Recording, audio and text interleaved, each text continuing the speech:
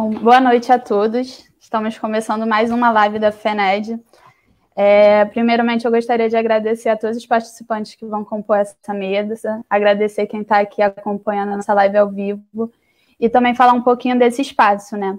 Hoje a ideia é a gente conseguir debater um pouco dos impactos da Operação Lava Jato para a economia e para a soberania nacional aqui do Brasil. E esse é um ponto muito importante para a FENED em diversos aspectos. Na verdade, essa não é a nossa primeira live, nem nosso primeiro espaço sobre o assunto.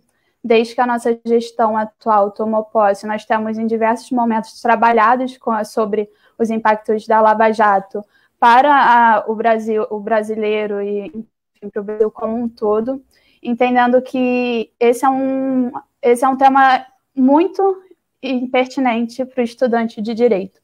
E entendendo que, como estudante de direito, é a nossa responsabilidade também fazer esse debate. Porque a gente tem visto que o judiciário, enfim, os instrumentos jurídicos têm sido utilizados de maneira inapropriada para fazer conduções políticas no nosso país como um todo, né? Então, a gente já teve construção de espaços, onde já debatíamos Operação Lava Jato através dos aspectos penais. Já aproveitamos espaços também para fazer o debate da Operação Lava Jato de acordo com os aspectos constitucionais. E agora a gente está se debruçando, enfim, em uma sequência de eventos para debater os aspectos e os impactos da Lava Jato para a economia do Brasil como um todo.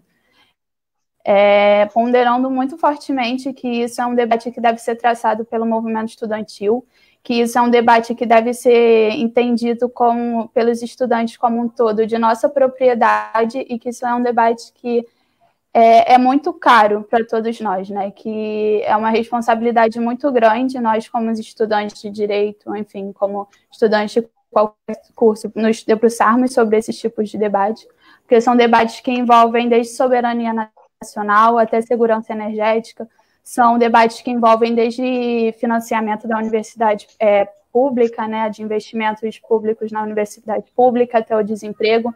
São debates que tangenciam a vida do brasileiro, a vida do trabalhador como um todo. Então, a gente aqui está construindo essa live, mais esse espaço, trazendo pessoas extremamente qualificadas para o debate, para trazerem pontos de vista econômicos, pontos de vista jurídicos, pontos de vista das pessoas que estão inseridas dentro das entidades de classe desses trabalhadores que estão sendo tão afetados com a Lava Jato, e prezando por apresentar um painel assim, muito rico de informações e capaz de elucidar muitas questões que, infelizmente, nós não temos tão fácil acesso, né? Desde o caráter econômico, dos processos de recessão econômica que têm sido apresentados no Brasil depois do início da Lava Jato, até os caráteres mais políticos, enfim, de perseguição política, de esvaziamento de certos debates, e da irresponsabilidade, como tudo isso tem sido tratado pelo nosso judiciário, né? Irresponsabilidade ou, enfim, projeto político, como vocês preferirem chamar. A gente agora vai começar o debate do espaço com uma fala da Juliane Forno. Ela é doutora em desenvolvimento econômico pela Unicamp, colunista da BDF e assessora parlamentar. Então, Juliane, por favor, fique à vontade. Então, boa noite, obrigada, Morena, obrigada, Rodrigo, pelo convite. Cumprimento aqui a Vera Lúcia, que eu estou conhecendo hoje, e o Vadir e o David, que já são companheiros de outros debates que a gente já fez sobre esse tema, e eu com o David já fizemos outros, inclusive pensando em outros aspectos do Brasil. Bom, a primeira coisa que eu queria dizer, né, que eu acho que precede a análise mais econômica que eu quero trazer aqui com alguns dados que eu tenho, é que os escândalos de corrupção no Brasil, eles em geral são bastante seletivos, né? Então, se a gente for olhar, pelo menos na nossa história recente aí, do meio do século XX para cá, a gente vai olhar que vários escândalos de corrupção tiveram bastante ligados, ou intrinsecamente ligados, com a desestabilização política de governos progressistas no Brasil, né? Então, me parece que as elites brasileiras, elas não podem revelar sua genuína motivação para desestruturar governos progressistas, ou que tenham como horizonte mais geral, né, a redução das desigualdades sociais. Então, elas utilizam, né, do combate à corrupção, muitas vezes como carro-chefe de uma disputa que nada mais é do que uma disputa política, diferentes concepções do que deve ser o Brasil, para quem deve servir a sua economia. Mas mais que isso, né? Então, além da corrupção, está bastante ligada ao desgaste de governos progressistas no Brasil, ele também teve bastante ligado ao tema do setor de petróleo e gás, né? E aqui especialmente da Petrobras. Então, não por coincidência aqui eu quero trazer esses 3 últimos golpes que o Brasil foi vítima para mostrar como a relação entre corrupção e Petrobras, né, e soberania do Brasil teve ligado. Então, o primeiro deles é o golpe que o Getúlio sofreu em 54, né? Muita gente não sabe, mas ele efetivamente tomou um golpe das Forças Armadas, né, um pouco antes dele se suicidar. E não por um acaso, né, o discurso era de que o Catete estava sob um mar de lama, de que existia uma grande corrupção, e antes disso, né, pelo menos um ano antes disso, o governo Getúlio tinha ousado criar a Petrobras, né, uma grande empresa estatal monopolista, contrariando os interesses principalmente norte-americanos. O golpe de 64 também, né, foi bastante motivado por esse debate de livrar o Brasil da corrupção, também foi, né, feito sobre um governo nacionalista e desenvolvimentista, que era o Jango, e muitos não sabem, mas no comício da Central do Brasil, né, em março de 64, o Jango anunciou que ele ia nacionalizar as refinarias privadas, né, que tinham sido construídas anteriormente, a 1953, e mais, que ele iria tornar monopólio da Petrobras também a distribuição de combustíveis no Brasil, né, atacando fortemente os interesses estadunidenses. Então, o objetivo da Lava Jato, ele não é combater a corrupção, como não foi o objetivo dos golpes, né? Então, essa é a primeira premissa que eu quero compartilhar com vocês. É que o fato dessa operação ter tido vários impactos econômicos, né, que eu vou mostrar aqui, não foi um erro também de percurso, né? Não foi porque a leniência foi mal conduzida. Esses aspectos não são problemas colaterais, né? Eles fazem parte de um projeto. A Lava Jato é parte de um golpe e serviu para criminalizar não só o PT, mas acabar com um dos grandes pilares do desenvolvimento econômico, né, que mais tinha capacidade de se tornar uma nação soberana, como era o setor de petróleo e gás e o setor da construção pesada. Então, é importante para entender o golpe de 2014 também entender essa inflexão, né, que o governo Lula teve de recolocar a Petrobras no centro, né, do desenvolvimento nacional. Então, diferentemente do papel que a empresa adquiriu nos governos Collor, principalmente Fernando Henrique, né, o David pode falar melhor, mas ela estava praticamente reduzida a um escritório, né, praticamente restrita do ponto de vista da exploração só na Bacia de Campos. O governo Lula, né, colocou a Petrobras como carro-chefe de um projeto de desenvolvimento, né, e o grande poder de compra da Petrobras como aquele indutor, através das suas compras, que ia estimular outros setores produtivos, né? Então, o aumento gigantesco do investimento da Petrobras nesse período do governo Lula e Dilma, aliado, né, com a modificação no critério da política de conteúdo local, contribuiu para que todo esse investimento gigantesco ele fosse principalmente consumido no mercado interno, ou seja, esse recurso não vazou para fora, na medida em que as empresas operadoras eram, de certa forma, obrigadas a contratar serviços e bens no mercado local. Então, isso fez com que o Brasil constituísse uma trajetória bastante singular do ponto de vista dos países subdesenvolvidos, que também são ricos em petróleo, né? A exemplo da Venezuela.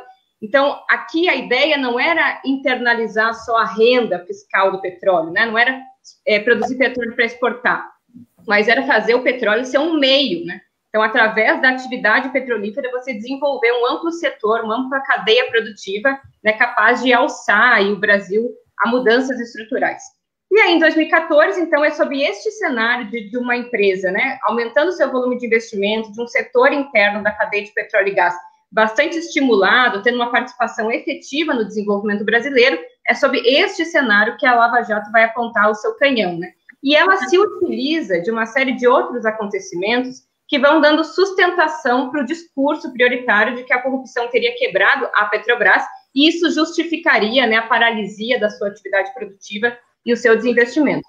Então, a primeira coisa que em 2014, a gente tem que levar em consideração, existiu, né, teve uma queda muito significativa do preço do petróleo no mercado internacional. E o que isso tem a ver, né? Tem a ver que quando o preço do petróleo cai, toda empresa petrolífera, ela perde valor de mercado, quer dizer, o valor dela está vinculado ao seu principal ativo, né, a capacidade de extração, as reservas provadas, e o valor do petróleo em dado momento. Então, a Petrobras perde valor de mercado, as ações se desvalorizam, né, por um motivo que está ligado à geopolítica internacional, à construção dos preços, mas isso cai como uma luva, né, para dizer, olha, a Petrobras está quebrada e o problema foi a corrupção. E aí uma segunda modificação importante nesse período tem a ver também com a taxa de câmbio, né, eu vou explicar o que isso tem a ver. Em 2011, né, $1 custava 1,62 centavos de real. Em 2014, a relação da taxa de câmbio foi a 3,33. E o que isso tem a ver? Tem a ver que a Petrobras, como qualquer empresa petrolífera, é bastante alavancada, endividada no mercado externo, que são grandes empreendimentos. Então, ela estava bastante endividada em dólar, e é como se a dívida em dólar tivesse permanecido 100, mas ela, de uma hora para outra, triplica em real.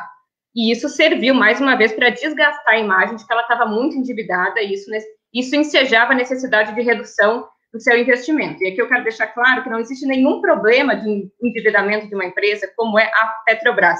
Quer dizer, ao mesmo tempo que ela se endivida, ela aumenta as suas reservas de petróleo, ou seja, ela aumenta o que garante que aquele investimento vai ser pago, né? Ela é uma empresa solvente. Isso, inclusive, foi importante para descobrir o pré-sal, né? Nenhuma empresa descobre essa riqueza embaixo da camada de sal usando o capital de giro. Você tem que se endividar, né? E, além disso, em 2014, também a gente teve uma grave, né, crise política aí com o terceiro turno, né, o questionamento das eleições pelo PSDB.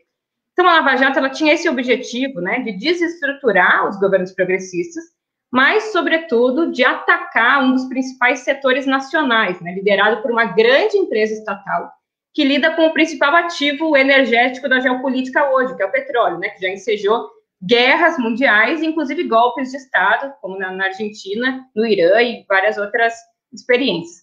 Então, a Petrobras, e aí entrando um pouco no impacto econômico, né?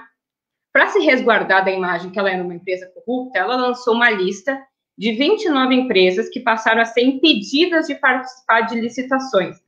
Só que essas 29 empresas eram todas as empresas de construção, de infraestrutura e de engenharia do Brasil. Ou seja, você inviabiliza que as principais construtoras nacionais participem de licitações públicas. Então, essas empresas foram impedidas de contratar com o Estado. Só que é só o Estado que opera na infraestrutura, na construção pesada, no setor de petróleo e gás. Então, com isso, né, a gente, sei lá, tinha um paciente que estava com câncer. Daí, para curar o câncer, a gente mata ele. Bom, a gente até cura o câncer, mas a gente matou o paciente. A Lava Jato, pior. Ela nem acabou com a corrupção no Brasil, né? Então, assim, ela não acabou com o problema, e, por um outro lado, ela acabou, sim, com todo um setor produtivo de construção pesada, que tinha uma significação bastante efetiva na balança comercial brasileira, como eu vou mostrar com um dado que eu tenho aqui depois. Para vocês terem uma ideia, a corrupção, ela foi estimada, né, um sistema de estimativa através, né, do que seriam os 3% de propina de cada contrato desde 2012, em 6 bilhões de reais. Isso é muito dinheiro e isso efetivamente existiu, né? Essa não é uma teoria da conspiração. O fato é que você precisa, né, não relativizar a corrupção, mas sim a forma como você lida com a forma de ressarcir os cofres públicos, né?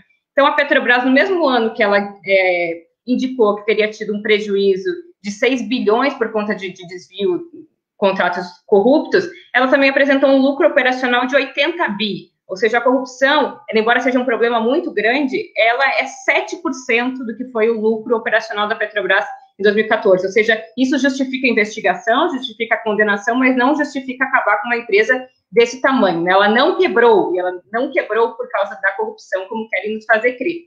Mas o desinvestimento da Petrobras, em função disso, né, o bloqueio das atividades produtivas dessas empresas investigadas na Operação Lava Jato, isso gerou um agregado que responde, né, aí em torno de 2,5% da queda do PIB entre 2015 e 2016. Ou seja, grande parte expressiva da maior recessão econômica do Brasil é de responsabilidade da Petrobras.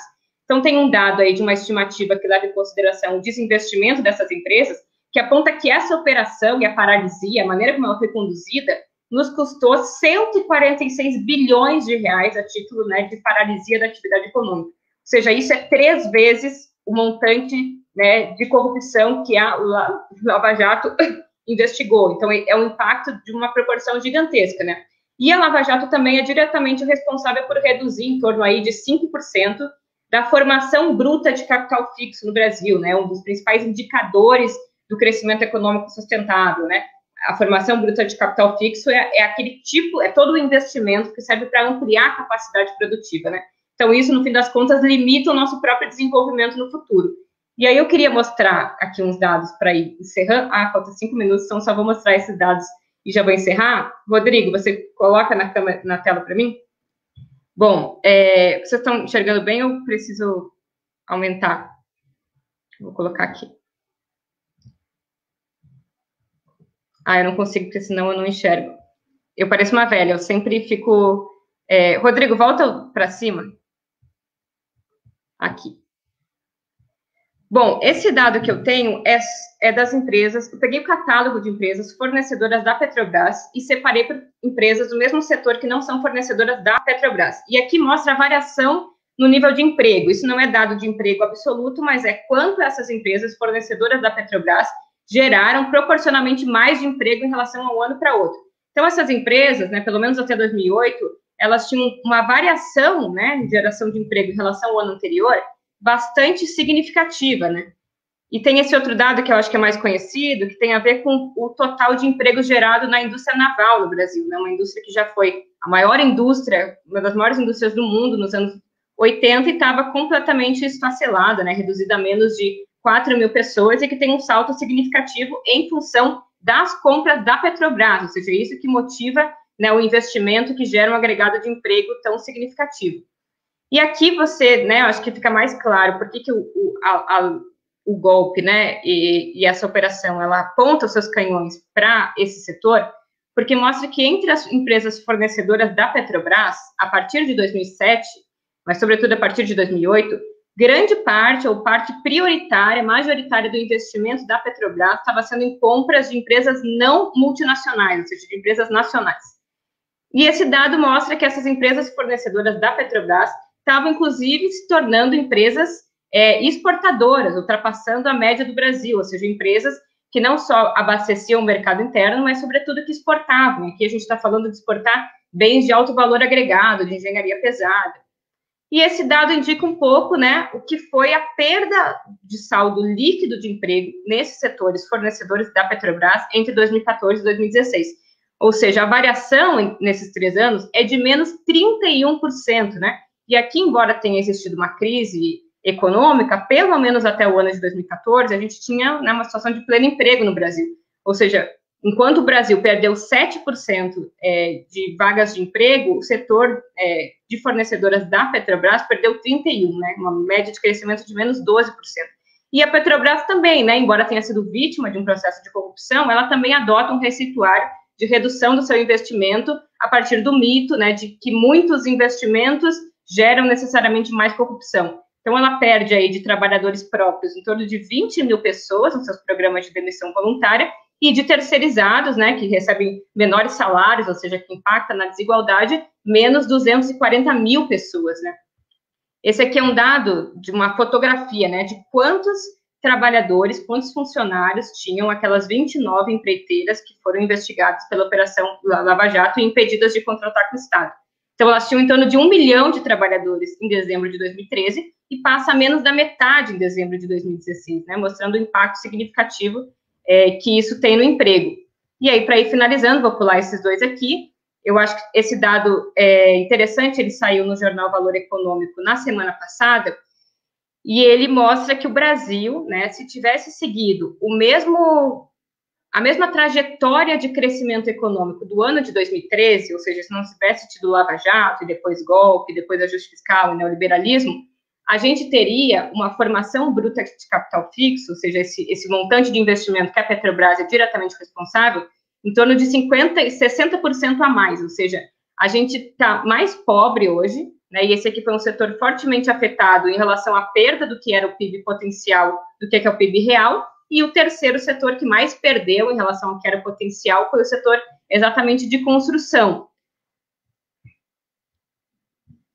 Então, aí vocês podem ter um pouco uma ideia do que foi, enfim, esses impactos, né, mas eu acho que para encerrar, mais do que esse impacto mensurável, né, que a gente pode apontar aqui em números, o Rodrigo Siqueira sempre fala sobre isso, existe esse impacto do ponto de vista da segurança jurídica, né, ou seja, você está inviabilizando que outros setores tenham disposição de contratar com o Estado, sabendo que, bom, se essas grandes empresas, que têm grandes escritórios, né, sofreram um processo tão abrupto, a revelia da lei, o que sobra para as empresas menores, né? Ou seja, você vai criando um cenário de insegurança jurídica que as empresas do Brasil têm insegurança em relação a contratar com o Estado, e isso faz com que só sobre para as obras de infraestrutura essas empresas internacionais. E aí a última frase é que, não à toa, em 2019, o governo brasileiro assinou um memorando com o governo dos Estados Unidos, abrindo o setor de infraestrutura para grandes empresas internacionais, né? O Brasil é um país em construção, tem várias lacunas do ponto de vista da infraestrutura,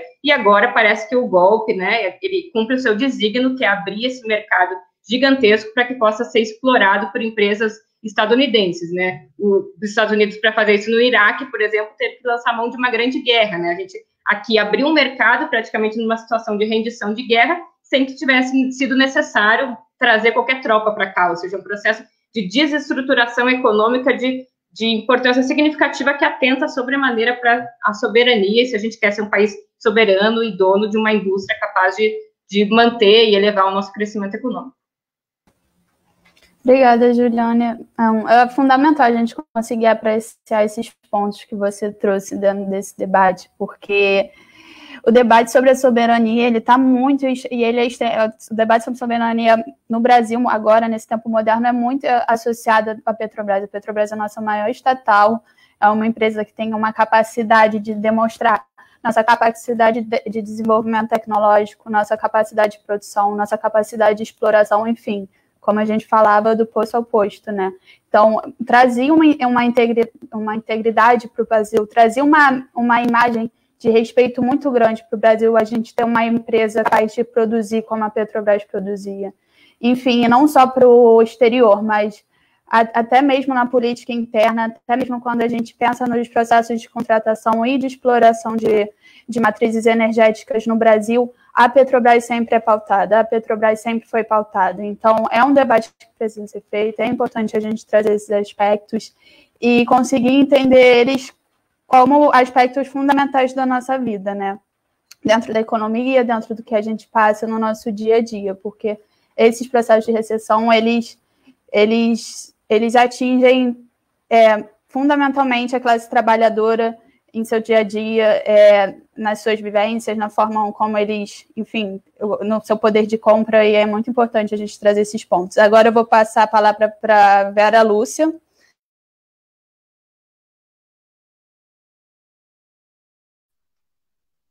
Olá, oi, tô com áudio? Oi, legal, obrigada. Boa noite, todo mundo. Eu quero muito agradecer e ativista da Frente de Mulheres Negras do DF em torno. Com a palavra, pode falar, Vera. Desculpa, acho que eu dei uma atravessada, acho que seu áudio falhou, eu achei que você... Mas, enfim, estamos nos comunicando, né, Morena? Eu quero agradecer a FENED, essa segunda rodada, não é? De um diálogo que traz, na essência, o pensar sobre a nossa democracia, o pensar sobre o Estado Democrático de Direito, as suas interfaces com este processo golpista, construído a partir de um projeto político, ideológico, econômico, tão bem exposto pela Juliane, não é? Então, aliás, na pessoa da Juliane, aqui eu cumprimento, né, o conjunto desta nossa mesa, e antes da minha abordagem, eu quero expressar minha solidariedade às famílias brasileiras enlutadas, não é, pelas vítimas da Covid. Acho que nesse momento a gente já deve estar rumando para cerca de 115 mil mortos e mortas, e leva a minha solidariedade na pessoa de um grande amigo, né, assim, um parceiro de sonhos democráticos, aqui de Brasília, o sociólogo Fernando Jorge, que faleceu ontem, também vítima da Covid, e assim, não é? Expressar o pesar que nos corrói e que seguramente o Brasil não precisaria enfrentar tantas dores, tantas perdas, se não estivéssemos com um déficit democrático, com um déficit econômico, com um déficit de políticas públicas, sociais, que remontam aos fatos, não é, tão bem expostos pela Juliane. E aí é exatamente, quando a gente pensa no cenário político, o ambiente que foi sendo gestado, artificialmente construído e produzido para o desenrolar, não é assim, tão, esse enredar, não é, das instituições e da própria sociedade, não é, que veio por, e paulatinamente legitimando todo esse processo de desmonte, de desmanche do Estado Democrático de Direito, das bases mais estruturantes da nossa economia, e é exatamente o ano de 2014, também não é reportado pela Juliane, porque 2014 tem início a malfadada, malsinada Operação Lava Jato, 2014 a gente experimenta, não é, as eleições gerais de 2014, o candidato derrotado que hoje assume, não é, a sua faceta mais abjeta ao compor politicamente com as forças milicianas, forças golpistas lá atrás e forças políticas que hoje seguem ameaçando formalmente o arcabouço jurídico, normativo, democrático que a gente ainda busca operar o Estado e a sociedade no Brasil. Então, assim, a coisa mancomunada não é tão engendrada a partir do ano de 2014, né, pegou um lastro, digamos, de apoiamento social amealhada pelas manifestações de 2013, né, vai ganhando um corpo político, jurídico muito forte, porque não podemos perder de vista que foi o sistema de justiça brasileiro quem, ao fim e ao cabo, construiu o permissivo, né, e legitimou todos os atos políticos perpetrados contra o país, contra a economia nacional, contra a democracia inclusiva que a gente apenas ensaiava, né? Então, assim, a gente tem nesse jogo macabro que envolve a Lava Jato, de um lado, os macrointeresses econômicos, a partir dos interesses internacionais capitaneados pelos Estados Unidos, e do outro, uma elite e uma classe média que se acha ideologicamente, não é, elite, absolutamente inconformada pelos projetos de execução dos princípios constitucionais que a gente tem escrito na Carta Política desde 1988 e que nunca tinha experimentado a efetividade de políticas públicas que primassem pela dignidade humana como um princípio fundante da própria República, da efetividade da soberania nacional afirmada perante o mundo com uma nova geopolítica, com uma escrita de diálogos bilaterais, multilaterais, muito autônomos e independentes, como vinham sendo imprimidos a partir da eleição de forças democráticas populares, não é, em 2003 e a assunção, não é, do primeiro governo do presidente Lula. Então, o ambiente político que vivíamos, e talvez, assim, até pode parecer meio que piegas a gente falar de uma grande ingenuidade coletiva, mas eu acho que nós nos deixamos envolver tão fortemente pela certeza de estarmos fazendo o melhor que podíamos, com aquelas condições de governabilidade, de fazermos o melhor por inclusão, de políticas de cota, de alargamento das condições das políticas de cotas afirmativas, das ações afirmativas e a política de cota principalmente, não é? Como um indutor da inclusão da população negra na vida plena do país, não é? Com a inserção mais qualificada no mercado de trabalho. Então, assim, a gente vivia um boom econômico, mas especialmente um boom democrático inclusivo, que gerou um incômodo que a gente não se apercebeu desse tamanho, né? A gente achava que ficava naquela coisa do não posso, e olho os nossos aeroportos parecendo rodoviárias, e a filha da empregada que está na mesma universidade. Então, assim, quer dizer, e o pensar da gestão do nosso patrimônio público, e a Petrobras era e continua a sê-lo, não é? O nosso referencial, a nossa grande grife, não é? De poderio estatal, como uma força indutora e alavancadora, consolidadora desses processos de políticas públicas.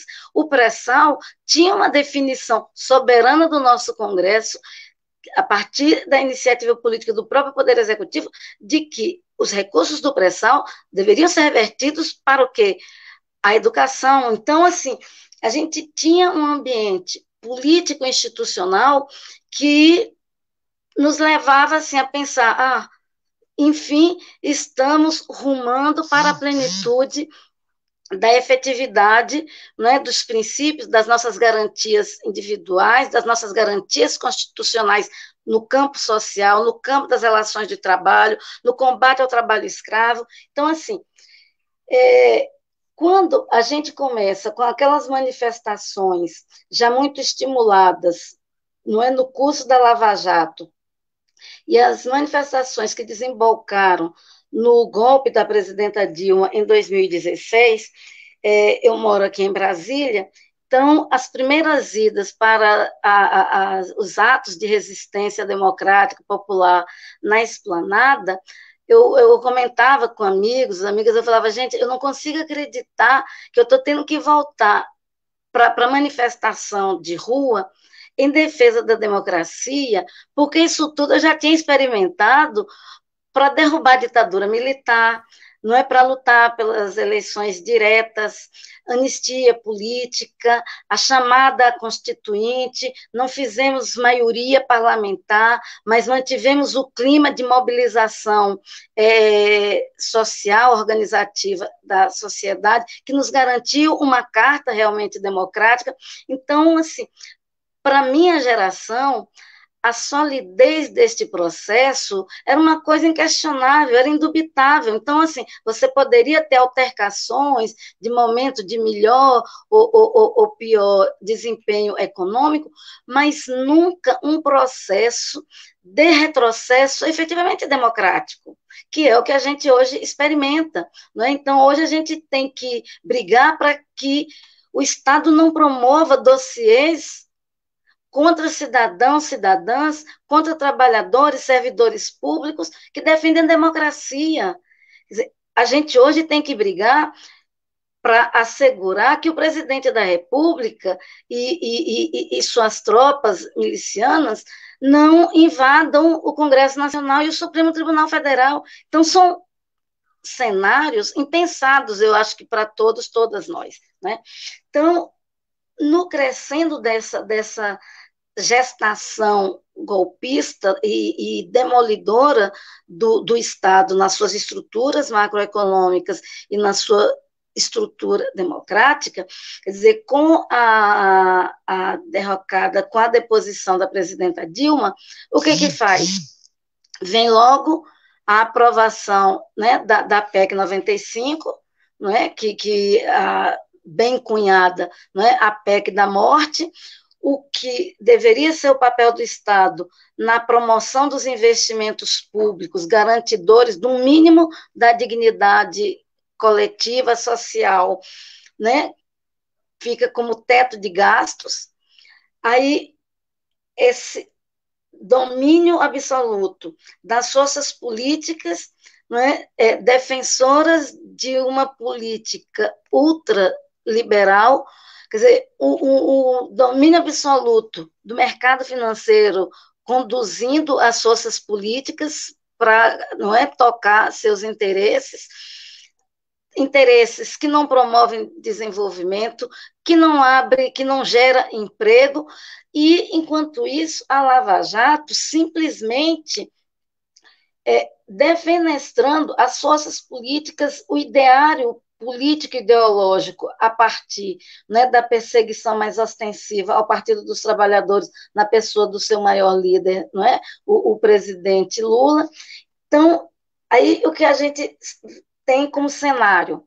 Bom, daquele processo de grande boom econômico e democrático inclusivo, a gente perde uma presidenta eleita, tem a principal liderança política de esquerda presa, enfrenta um processo eleitoral marcado por fake news, né, marcado por farsas de toda ordem, todas elas contando com a anuência e ou barra conivência do sistema de justiça, e elege um fascista declarado, um elemento que nunca tergiversou acerca de qualquer simpatia democrática, não é? De qualquer simpatia democrática, para dizer o mínimo, nunca teve nenhuma espécie de aceno.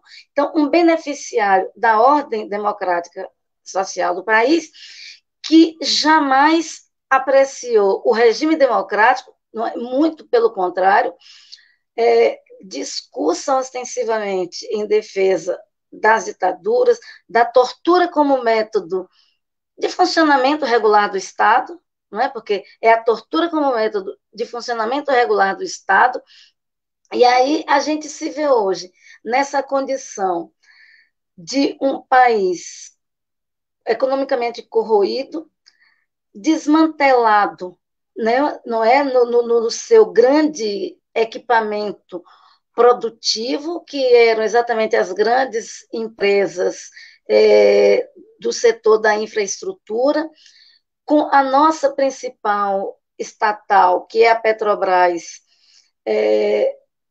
com uma imagem efetivamente corroída, um país que viveu um momento, quer dizer, algum momento de profundo respeito internacional, é hoje um pária, né? É um pária no mundo. Quer dizer, ninguém tem o menor olhar respeitoso para com o Brasil, um país que hoje não dialoga mais com o seu bloco circunvizinho, serviçal capacho, né, da truculência troglodita do presidente americano, que felizmente pode estar para perder a reeleição, e aí vai trazer novas dificuldades para o Brasil, que criou tanto atrito nas relações com a China, né? Principal parceiro econômico, consumidor econômico do país, quer dizer, até onde a gente vai? E tudo isso capitaneado a partir da malsinada Operação Lava Jato. Operação esta que hoje nenhum segmento minimamente consciente e informado deste país tem mais a menor sombra de dúvida de que ela somente se desenvolveu porque se assentou na negação dos marcos mais primários do Estado Democrático de Direito. A ampla defesa e o efetivo contraditório foi negado especialmente ao presidente Lula. O processo de lawfare desenvolvido pela Operação Lava Jato está hoje desnudado. E a gente espera, naturalmente, que o Poder Judiciário possa minimamente restaurar esta ordem jurídica, restabelecer as condições, as bases jurídicas, não é, para que a gente retome um processo democrático. Eu já estou finalizando. E então, assim, a gente vive a dor do luto da pandemia, a gente vive as dores dos lutos, das perdas econômicas que eram mesmo pré-pandemia, mas é preciso somarmos os esforços e lutas e esperanças de superarmos isso, não é? Teremos que ser capazes de fazer esses ritos de passagem e restauração da nossa ordem democrática. Muito obrigada por essa primeira intervenção. Bom, muito obrigada, Vera. Agora eu vou passar a palavra para o David, que ele é coordenador-geral da FUP, da Federação Única dos Petroleiros. Então, David, por favor. Bem, boa noite, Morena, Rodrigo. Desde já agradecer aí o convite da FENED. É uma honra estar aqui com a Juliane Furno, a companheira Vera Lúcia, o companheiro Vadir Damus, que, por sinal, tem, ao longo dos anos, principalmente desde 2014, as companheiras e o companheiro aqui lutado contra essa farsa que é e foi a Lava Jato para o nosso país. E parabenizar a FENED por essa iniciativa. Esse é um debate de suma importância, principalmente para as estudantes e os estudantes da área do direito, lembrando que o idealizador dessa operação é praticamente execrado na Universidade Federal do Paraná, um professor medíocre da área do direito, que nem aula lá dá mais de tanta vergonha que ele passou dos seus colegas da área de direito penal. Bem, como as companheiras, né, Juliane Furno e Vera Lúcia trouxeram aqui uma série de informações acerca da Lava Jato, eu vou basear um pouco aqui a minha fala, e estava justamente observando aqui o computador para me ajudar a modificar um pouco aqui o teor dela, num artigo do companheiro William Ozaki, que é pesquisador do INEP, Instituto de Estudos Estratégicos do Setor de Petróleo, Gás e Biocombustíveis, que foi criado pela FUP em 2017, que leva até o nome do nosso companheiro Zé Eduardo Dutra, geólogo sergipano, que foi um grande presidente da Petrobras e diretor também da empresa, que, por sinal, é interessante até dizer isso, porque os que o PT indicou para grandes cargos dentro da Petrobras, inclusive as diretorias, aqui citando Dutra, citando nosso companheiro Zé Sérgio Gabrielli, citando o companheiro Guilherme Estrela, nunca acharam absolutamente nada. Já devastaram a vida dos três, por sinal, inclusive do companheiro Dutra antes de falecer, infelizmente. Não acharam nada. Então, basear aqui a fala nesse artigo do companheiro William Ozaki, que inicia de uma forma muito interessante, e tem muito a ver com a fala das companheiras, Juliane e da companheira Vera, mostrando que, de fato, o imperialismo norte-americano mudou a sua forma de buscar novas fronteiras petrolíferas. Antigamente, há pelo menos de 10 anos atrás, há 10 anos atrás, a gente tinha investimentos bélicos pesados, até hoje ainda, no Oriente Médio e na África. E quando essas fronteiras novas de petróleo são descobertas aqui no Atlântico Sul, eles vêm para cá, mas mudando a forma de atuação. Em vez de guerras onde se gastam bilhões de dólares com armamentos e matando muita gente, por sinal, eles entram nas famosas guerras híbridas, que interessante para quem ainda não leu o livro que esteja lendo, né? Guerras híbridas das revoluções coloridas aos golpes, que mostra exatamente como o imperialismo norte-americano vem mudando sua forma de atuação, e fazem isso aqui no Brasil. Então, o artigo do companheiro William, ele inicia dizendo que esta é uma nova modalidade de conflito não armado e tem tido presença cada vez mais intensa no cenário internacional, essas práticas econômicas predatórias, rebeliões sociais, cyberataques, fake news e métodos de lutas, entre aspas, anticorrupção. E aí não tem como a gente não dizer que a Lava Jato foi um instrumento do imperialismo norte-americano para acessar não somente o petróleo do pré-sal, mas também os grandes ativos do sistema Petrobras e outras empresas, principalmente norte-americanas e algumas europeias, acessarem o mercado que as empresas brasileiras, como aqui mostrou a Juliane, já estavam acessando. Citar aqui pelo menos uma delas, que é a empresa baiana, a Odebrecht, que já estava com obras na África, obras em toda a América Latina e obras, inclusive, nos Estados Unidos da América do Norte.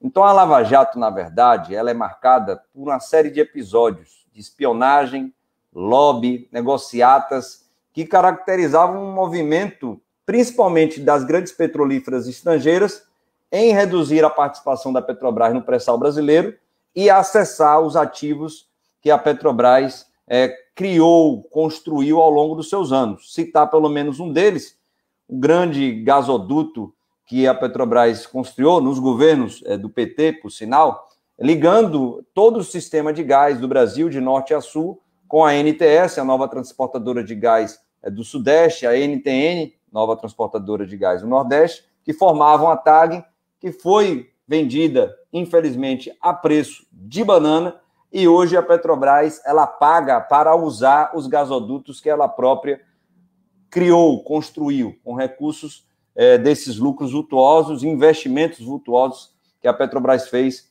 ao longo dos anos. E a Lava Jato, ela mostra essa estreitíssima relação entre o calendário da descoberta do pré-sal, de 2006 até hoje, e o calendário dessa coesão das forças políticas que protagonizaram o impeachment, ou seja, o golpe dado na nossa companheira Dilma Rousseff. E aí, rapidamente, o William Nozak, ele fez uma linha do tempo perfeita, que vale a pena a gente destacá-la aqui durante esse período aqui de 15 minutos. Então, primeiro, 2006, a gente tem a descoberta do pré-sal brasileiro, como aqui já disseram a companheira Júlia e também a companheira Vera, no governo Lula, a gestão do companheiro Zé Sérgio Gabrielli, que, por sinal, recebeu prêmios internacionais como o melhor CEO das grandes corporações do mundo por 3 anos consecutivos, principalmente por conta da descoberta do pré-sal. Pré-sal esse que outras empresas tentaram descobrir os campos majestosos que nós tivemos, ou seja, perfurar essa camada de sal que temos nesse grande polígono que vai desde Santa Catarina até o norte do Espírito Santo, não conseguiram, e a Petrobras ela descobre. E aí, infelizmente, começa de fato o nosso inferno astral. De 2006 para cá, uma série de episódios que o William destaca nesse artigo merecem ser chamados a atenção, a nossa atenção. 2008, em janeiro de 2008, a gente tem um roubo, um furto, entre aspas, de containers da Halliburton, que tinham HDs e notebooks com informações sigilosas de campos do pré-sal brasileiro, principalmente na Bacia de Santos, e até hoje a Polícia Federal e a República de Curitiba não conseguem falar nada sobre isso, nem mesmo a teoria ou a hipótese de espionagem industrial foi levada a cabo e a investigação não chegou a lugar algum. Ainda em 2008, a gente tem a reativação da 4ª Frota dos Estados Unidos aqui no Atlântico Sul, não é coincidência, obviamente, isso.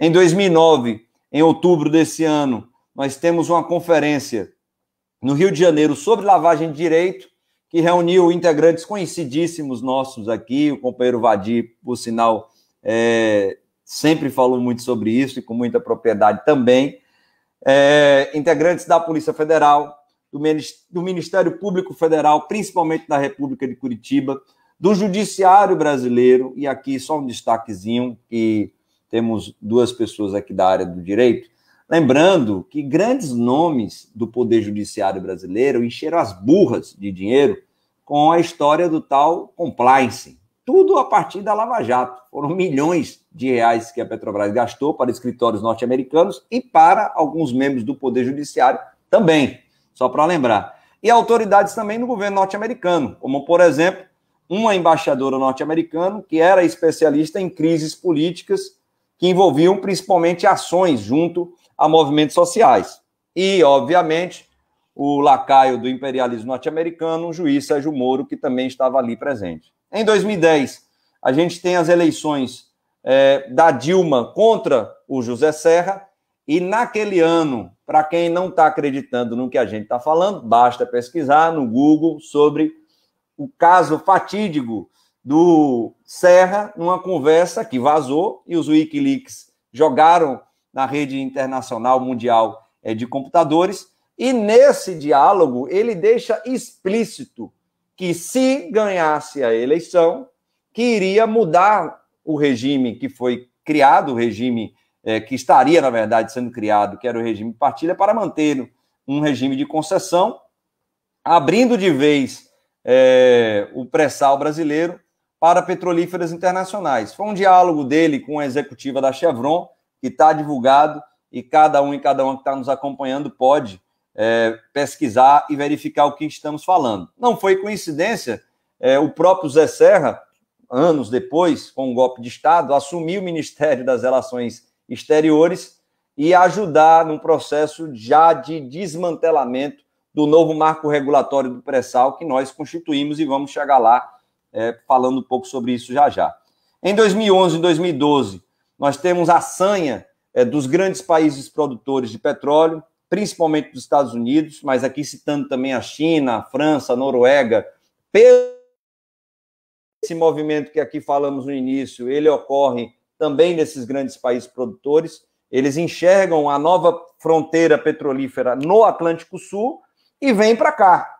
Então, além dessas guerras que aqui citamos, e até hoje existem, né, principalmente a última da Líbia e outras, em nome da democracia, mas na verdade é pelo interesse do petróleo e do gás, além dessas guerras no Oriente Médio e na África, eles vieram para o Brasil e, como a Juliane aqui citou, basta ver o que fazem até hoje com a Venezuela, que tem a maior reserva provada de petróleo do mundo, não é à toa o embargo econômico que a Venezuela sofre e as tentativas de golpe que até hoje têm sido elucubrados, né, desenvolvidos pelos Estados Unidos. E o que fizeram na Bolívia, que é um grande país produtor de gás, que, infelizmente, sofre, sim, um golpe militar, onde coloca para fora o nosso companheiro Evo Morales.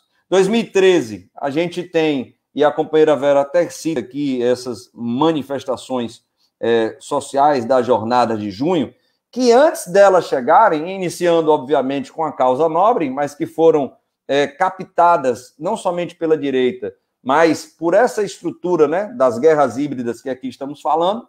Mas antes dela, dois grandes episódios merecem destaque, citados nesse artigo do companheiro William Ozaki. Primeiro, o Snowden. O Snowden, para quem não assistiu o filme, importante assistir, que fica um negócio mais lúdico o que a gente está falando aqui. Então, o Snowden, ele revela documentos na internet, mostrando que não somente a Dilma ela estava sendo espionada, como também altos dirigentes do governo, ministros e pessoas de segundo escalão do governo federal, assim como a rede privada de computadores da Petrobras. Um processo de alta espionagem foi revelado e nada foi feito. E aí uma crítica interna, que não é interna porque está público, da falta de ação do Ministério da Justiça, que a gente está falando aqui de episódios que ocorrem desde 2008 e nada, absolutamente nada foi feito por aqueles que ocupavam espaço dentro do Ministério da Justiça e que não agiram da forma que deveriam ter agido. Além disso, nesse ano 2013, precedendo a jornada de junho, a gente tem o governo norte-americano trocando a embaixadora aqui no Brasil, nomeando uma embaixadora conhecidíssima por ter atuado no golpe do Paraguai. Ela ajuda a derrubar o presidente Fernando Lugo à época e vem para o Brasil para intensificar essa onda liberal conservadora aqui na América Latina, e a gente sabe no que deu, que eles acabaram alcançando o resultado. Em março de 2014, como citou aqui a companheira Vera, é deflagrada, então, a primeira fase ofensiva por demais, da Lava Jato. E inicia justamente com o projeto de criminalização desse projeto que a Juliane aqui colocou, que era um projeto de desenvolvimentismo do Brasil, fincado principalmente a partir do ativismo estatal, a partir da Petrobras, Eletrobras, Caixa Econômica Federal, Banco do Brasil e outros, mas com uma centralidade sim na Petrobras, devido aos vultuosos investimentos que eram feitos. A gente está falando de investimentos aqui, amigos e amigas, na monta de mais de 100 bilhões de reais por ano, que a Petrobras está investindo aqui no Brasil, gerando emprego, gerando renda, fazendo com que a economia ela crescesse e passasse por um momento de crise do capitalismo mundial que vinha desde de 2008. Então, tanto Lula quanto a Dilma, sim, utilizaram bem as empresas públicas estatais nesse sentido. Por conta da Lava Jato iniciada em 2014, apesar da Dilma ter ganho as eleições para o Aécio Neves, que a Vera também aqui citou, que fez o que fez no Senado Federal, o Pedro Vadi também acompanhou isso de perto, que estava lá como deputado federal, defendendo muitíssimo bem os brasileiros e brasileiras, a classe trabalhadora e a soberania nacional. A Lava Jato provoca, óbvio, uma gigantesca instabilidade política e também econômica. Porque os números que a Juliane mostrou aqui, eles são assustadores. Somente a Odebrecht demitiu mais de 170 mil trabalhadores e trabalhadoras nessa época. Juntando todas essas empresas, foram mais de 400 mil empregos que acabaram, postos de trabalho extintos por conta da destruição das gigantescas empresas de engenharia que aqui nós tínhamos. E aí, infelizmente, por conta de tudo isso, a nossa companheira Dilma, pressionada de todas as formas, comete alguns equívocos com relação à política econômica, e aqui citando com um conhecimento de causa, eu vi isso dentro da Petrobras, no Conselho de Administração da empresa, onde algumas mudanças foram feitas, colocando representantes do mercado dentro do Conselho de Administração, o que inicia um processo de mudança do planejamento estratégico que a Petrobras tinha na época, principalmente do Lula, e falando aqui do Dutra e do companheiro Zé Sérgio Gabrielli. O resto da história a gente conhece. Em 2016, a gente sofre um golpe de Estado com o impeachment da companheira Dilma. Ainda em 2016, com essa ação do senador José Serra, a gente começa, infelizmente, a ter o desmantelamento do novo marco regulatório do pré-sal brasileiro. O modelo de partilha, ele tem os seus principais pilares começando a serem demovidos. Eles tiram a operação única que a Petrobras tinha no pré-sal, reduzem o conteúdo local que era exigido não somente para a Petrobras, mas para as empresas petrolíferas aqui, que girava em torno de 65% de investimentos em tecnologia nacional, engenharia nacional, mão de obra nacional, reduz de 65% para menos de 18%. E agora, infelizmente, todo mundo está assistindo, a votação ela passa no Senado, infelizmente, com relação à redução do Fundo Social Soberano, esse recurso, companheira Vera, que a companheira citou, que tinha 50% do fundo destinado para a saúde e educação, 25% desses para a saúde, 75% desses para a educação, que ajudaria a financiar o Plano Nacional da Educação. Estão mudando agora, mas o projeto do Serra é para acabar de vez, não só com o Fundo Social Soberano, que já estão mudando, mas também com o próprio modelo de partilha, voltando ao regime de concessão, que é mais benéfico para as petrolíferas internacionais.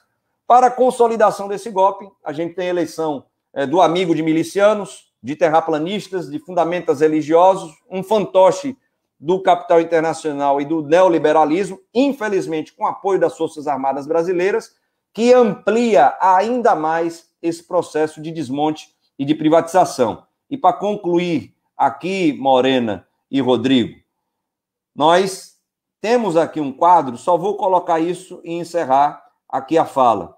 Um quadro que mostra o que é que o governo Bolsonaro está fazendo com a nossa querida Petrobras. Não sei se vocês estão vendo aí, mas aqui a ideia é que tenha, não sei se tem, se alguém puder dar um alô mostrando que está aí, dá um legalzinho, chegou? Não? Não está na tela ainda? Apareceu ou não?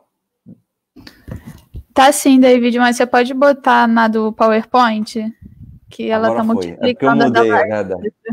Isso. Então, toda essa linha do tempo do William Ozaki é para a gente chegar aqui. Então, com a consolidação do golpe, eles querem fazer com que a Petrobras ela seja isso aqui, somente uma empresa apequenada de petróleo e gás, de exploração e produção de petróleo e gás, concentrada no Espírito Santo, Rio de Janeiro e São Paulo, apenas no pré-sal brasileiro. E tudo isso aqui, que os governos do PT conseguiu construir ao longo de 13 anos, criando uma empresa de âmbito nacional e uma empresa integrada aí de energia, eles estão tentando destruir. E já são vários ativos do sistema Petrobras vendidos, onde o governo Bolsonaro, em apenas 6 meses, consegue vender 16 bilhões de dólares em ativos do sistema Petrobras.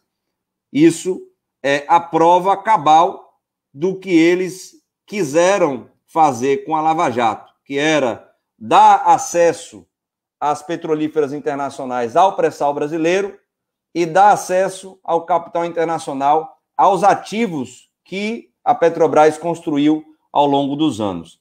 Nesse sentido, Morena e Rodrigo, a gente agradece aqui por essa primeira intervenção e esperamos aí que as pessoas possam estar compartilhando conosco essas informações. Muito obrigada, David, pela sua exposição. Trouxe pontos interessantíssimos e muito fundamentais, né, para a gente fazer o debate real sobre soberania no Brasil e a Petrobras. Bom, agora passa a palavra para o Vadir. Vadir é advogado, ex-presidente do DC da UERJ, ex-presidente da OAB do Rio e também é ex-deputado federal entre 2015 e 2018. Então, Vadir, por favor. Pela apresentação, eu sou o famoso ex, né? Mas eu quero dar muito boa noite aqui às amigas, aos amigos que estão nos vendo e ouvindo, às minhas companheiras, né, de mesa, ao meu companheiro de mesa.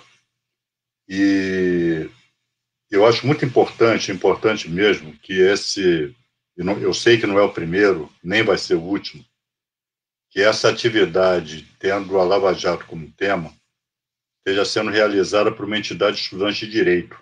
Porque, por incrível que pareça, a Lava Jato ganhou mentes e corações no meio dos advogados, em determinados segmentos jurídicos, inclusive no meio dos estudantes, né?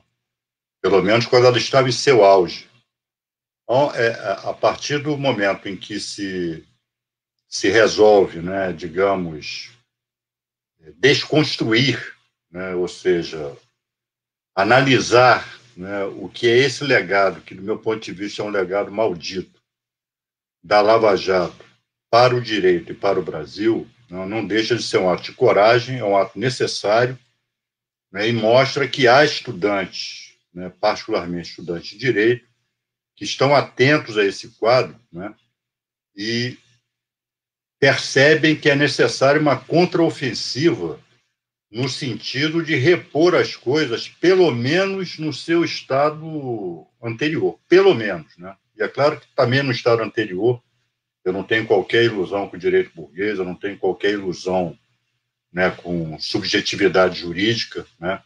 Mas, pelo menos, nós tínhamos ali um Estado de Direito, né, democrático, mais ou menos assentado, que foi devastado, né, sobretudo por conta do que se convencionou chamar de Operação Lava Jato. Bom, eu sou muito chamado para falar disso, até por conta da minha atividade parlamentar, que foi muito centrada nessa questão da Lava Jato. Eu e o deputado Paulo Pimenta, nós tivemos uma atuação muito direcionada a isso. Eu acho que a Lava Jato já se permite, ela já se permite ser, como está sendo, um objeto de estudo, né? Estudo na abordagem jurídica ou na abordagem econômica, como fez a professora Juliane, abordagem sociológica, abordagem antropológica, abordagem histórica, né? Ela já permite, né, que pelo menos primeiros passos nesse sentido, né, sejam dados.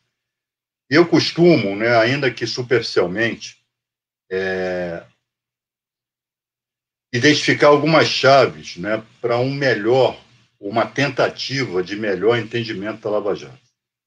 Então, a primeira questão, que, aliás, foi o começo, né, do pronunciamento da professora Juliane, é o chamado combate à corrupção, né, que não é novo na América Latina, né? Não é novo no Brasil, né? E nós sabemos que todas as vezes em que o chamado combate à corrupção esteve na ordem do dia da política, foi com intentos golpistas, né? Sobretudo contra governos populares. Como não era possível, né? Quem é que, em sã consciência, poderia falar em derrubar o governo Lula, né, por conta do Bolsa Família, por conta dos programas sociais, por conta da inclusão social, por conta de ter tirado milhões de brasileiros da fome?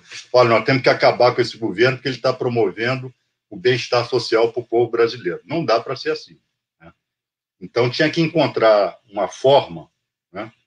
Tem que se encontrar... E nas urnas também estava difícil, né? Porque o Lula se elegeu, se reelegeu, elegeu a Dilma e reelegeu a Dilma, né? Então, nas urnas também não dava, né? Então, como é que a gente vai fazer isso, né? Nós temos que macular essas lideranças de alguma maneira, né?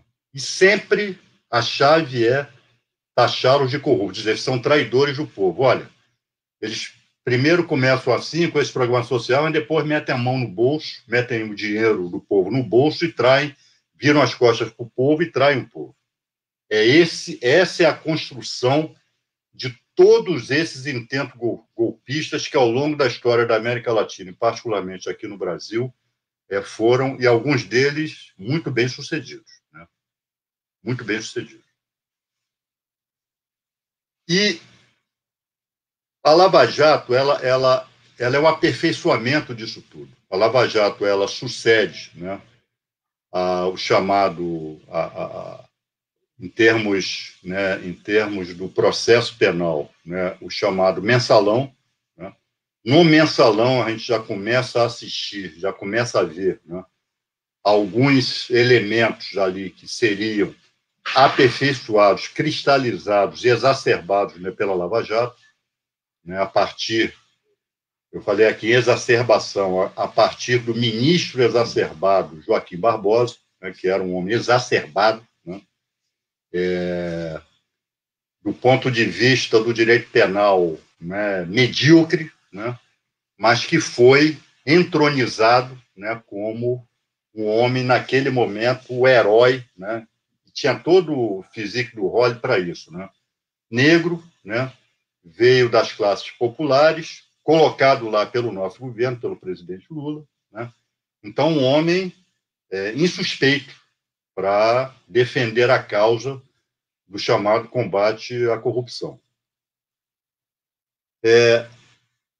O David falou aqui, né, nas guerras híbridas, né?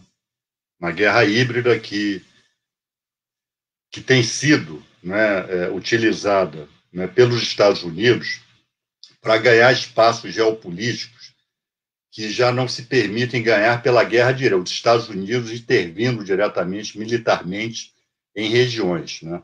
Na verdade, é um cerco geopolítico que se faz derrubando governos, né, sejam eles ditatoriais, sejam eles democráticos, mas tudo no sentido de organizar hegemonias em prol da dominação do imperialismo norte-americano, né?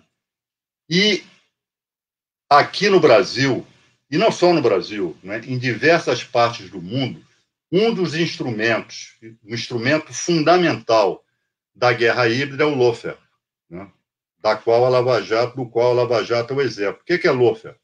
É a utilização do processo como arma de guerra.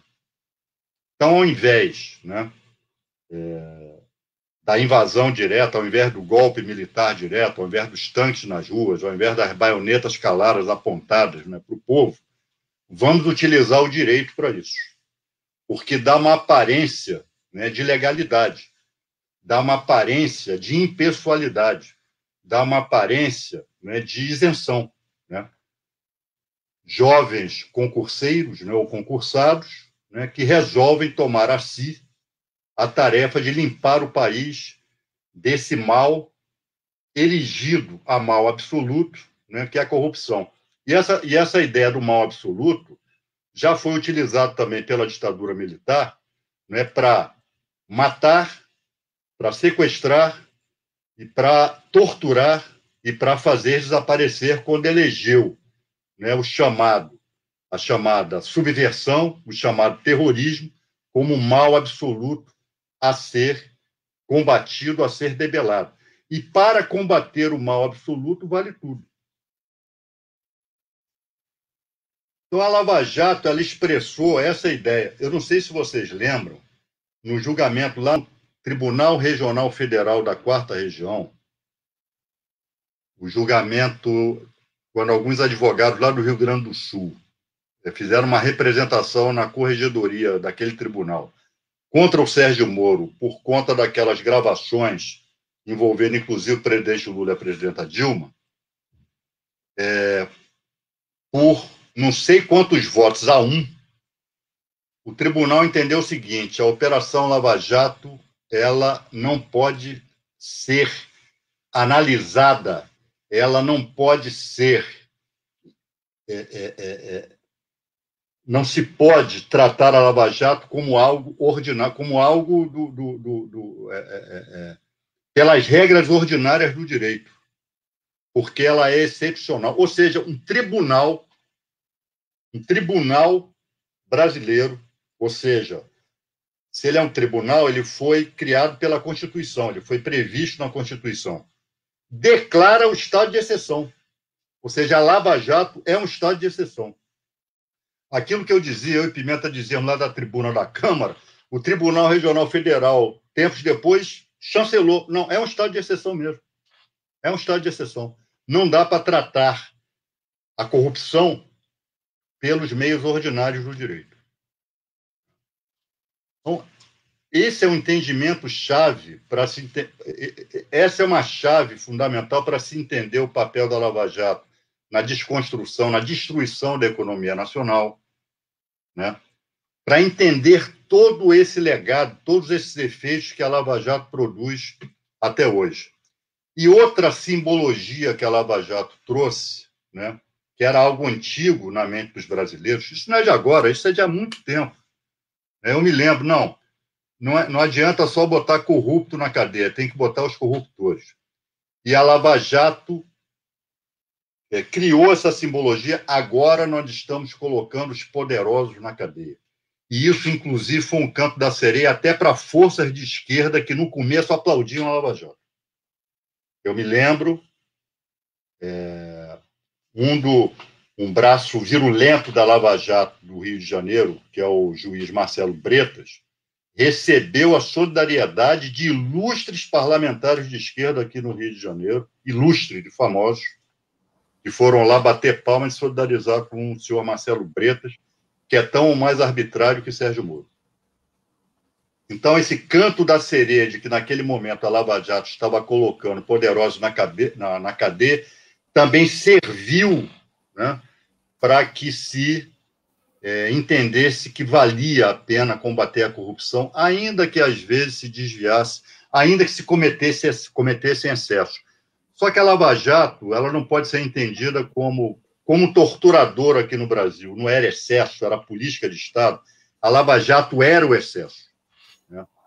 Que a Lava Jato, né, e o lawfare aí tem que ser entendido não só como um conjunto de doutrinas, né, de guerra no âmbito do direito. Ela é um conjunto de práticas também. Ela aparelha a atuação. O David estava falando aqui, o que o David falou aqui? O projeto Pontes, de 2009, que inaugura a doutrinação dos agentes, né, do Poder Judiciário, do Ministério Público, da Polícia Federal Brasileira para esse enfrentamento, né, criando novas formas de interrogatório, a ideia de força-tarefa, tudo isso foi gestado no Departamento de Justiça norte-americano. Então, o entendimento, né, aquilo que nós temos que entender, né, que a Lava Jato se transformou num Estado dentro do Estado. O Ministério Público se transformou num Estado dentro do Estado. E, aliás, há 4 semanas atrás, quem disse isso foi ninguém mais, ninguém menos que o Procurador-Geral da República. O Dr. Augusto Aras disse que o lavajatismo, né, era algo nocivo ao Estado de Direito. O Ministério Público não pode conviver com um Ministério Público paralelo. Pena que só tenha descoberto isso agora, né? Mas antes, né, do que nunca. Então, o que nós temos, né, agora, né, eu sempre disse isso, um dia, quando as classes dominantes não precisarem mais dessa turma, eles vão sentar no banco dos réus. E como é impressionante o cinismo, né, desse rapaz, esse Deltan Dallagnol, né? Vocês lembram que um dos itens daquela 10 medidas contra a corrupção era acabar com a prescrição. Prescrição era um instrumento de impunidade. Tinha que acabar com essa história. O Deltan Dallagnol se agarra com todas as forças na ideia de prescrição para fugir aos processos disciplinares que tem contra ele lá no Conselho Nacional do Ministério Público. Então, pessoal, como nós estamos aqui no âmbito, né, de uma certa de estudantes de direito, do direito, né, embora haja também pessoas de fora do direito nos assistindo, mas eu tenho batido muito nessa tecla, nós temos que redesenhar o sistema de justiça brasileiro. Nós temos que devolver essa turma para a sua caixinha. O Ministério Público brasileiro é o mais poderoso e mais arbitrário do mundo. O Poder Judiciário, graças à Constituição de 88, ganhou prerrogativas nunca antes imaginadas que estão sendo utilizadas contra o Estado Democrático de Direito. Então, isso aí tem que ser redesenhado, né? A corrupção, ela deve ser enfrentada? Deve, mas respeitando a Constituição, respeitando o ordenamento jurídico, respeitando o serviço. Nós não podemos quebrar as empresas estratégicas brasileiras. E que poderosos foram para a cadeia. Eu gostaria de saber de um. Quem do sistema financeiro, que é quem dita as normas do capitalismo hoje em todo o mundo, passou 10 minutos lá em Curitiba? Qual foi o banqueiro? Que poderosos são esses? Os empresários que desenvolveram as empresas de infraestrutura brasileira de engenharia. Se cometeram corrupção, que paguem por isso, mas não as suas empresas. Não as empresas brasileiras. Vê se lá nos Estados Unidos eles quebram empresa por causa de corrupção. Aí um dia alguém me disse, Adir, você não está sendo contraditório? Porque pelo que você está dizendo aí, a Lava Jato é anticapitalista. É do capitalismo dependente. É do capitalismo de país periférico que não pode ter autonomia, não pode pensar em soberania nacional, não pode pensar em desenvolvimento econômico autônomo próprio e soberano. Isso não pode. A Odebrecht não pode concorrer com empresa americana em território norte-americano. Isso não pode. Que história é essa? E que história é essa de o PT gerir o pré-sal? Que história é essa? Ah, não dá para tirar na urna, então vamos tirar de outra forma. Então, isso explica o golpe de 2016. Aí vocês poderiam me perguntar, vem cá, tá bom, foi dado o golpe, mas por que teve que perseguir o presidente Lula, teve que perseguir o PT? Claro, tira a Dilma para o Lula ganhar as eleições como ganharia em 2018? Não, tem que botar em cana. Não pode concorrer, não. E, para isso, o Supremo Tribunal Federal se prestou a esse papel na sua composição majoritária.